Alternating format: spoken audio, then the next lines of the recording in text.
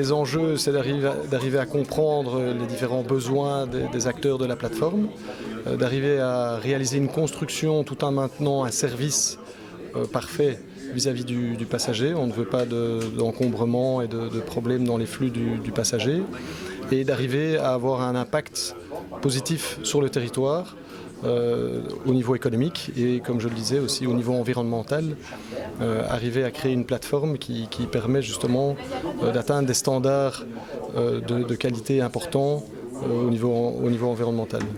Au niveau de l'empreinte carbone, c'est tout à fait réalisable. Au niveau de l'extension, on utilise des matériaux qui, effectivement, de dernière génération, qui vont limiter complètement l'empreinte carbone. Au niveau des parkings, on prévoit de mettre des ombrières qui permettent de générer de l'électricité.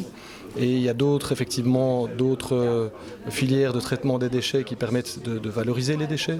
Donc on a une série d'initiatives qui vont nous permettre d'être neutres au niveau de la génération du carbone pour l'année 2027. En tout cas, c'est notre ambition.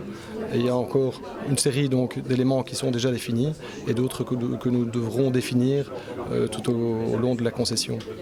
L'extension de l'aérogare, dans le sens où la croissance est maîtrisée, donc on augmente le nombre de passagers, mais finalement, en termes de volume d'avions, c'est très limité. On a seulement 25% sur 20 ans, donc ça fait une augmentation d'1% par an, en sachant que finalement les avions qui viennent font moins de bruit en général, donc il y a une amélioration de l'impact sonore, une amélioration également des émissions des avions. Donc on pense que l'effet global va être neutre sur ces 20 prochaines années et que l'impact des nuisances sonores sur les riverains sera tout à fait limité.